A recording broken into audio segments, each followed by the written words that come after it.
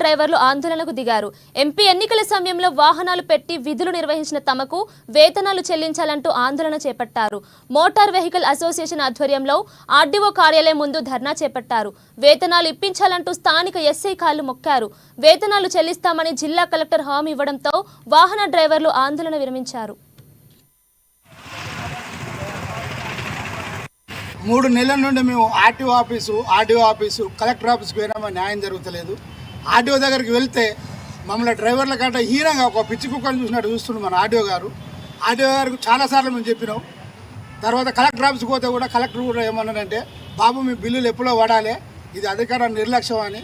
మేము ఆర్టీఓ దగ్గరికి పైన ఎమ్మెల్యే ఎలక్షన్లో కూడా మా ఆర్టీఓ గారు 12 రోజులు బండ్లు ఎలక్షన్లకు పెడితే 10 రోజులకు బిల్లు కొడతారు అంటారు. ఒకరోజు బిల్లు కావాలని చెప్పేసి మమ్మల్ని బాగా చెప్తాడు. 11 రోజులు బిల్లు ఎమ్మెల్యేలకు చేశారు. ఈ ఎంపీ ఎలక్షన్లో కూడా మేము 4 రోజులు నడిపినాం, 3 రోజులకు ఇస్తున్నట్టారు. తర్వాత టాటా ఏసీ వెహికల్ కూడా 3 రోజులు నడిస్తే ఒక్కరోజు వేతనం ఇస్తున్నట్టారు. దీని విషయంలో మేము కలెక్టర్ కూడా కంప్లీట్ చేసినాం. అయినా మాకు స్పందన కరువైంది. ఈరోజు మేము బండ్లకు ఫైనాన్స్ కట్టలేని పరిస్థితిలో ఉన్నాం. మా ఇంటికాడ ఫ్యామిలీ మా స్కూల్ పిల్లలు పంపించాలంటే బాగా ఇబ్బందులు అవుతున్నాయి. ఈ గవర్నమెంట్ ఏం చేస్తుంది? మాకు న్యాయం లేదు. ఫ్రీ బస్సు పెట్టే కాడికి వెళ్ళి మాకు డ్రైవర్లకు జీవనోపాధి మొత్తం కోల్పోతున్నాం.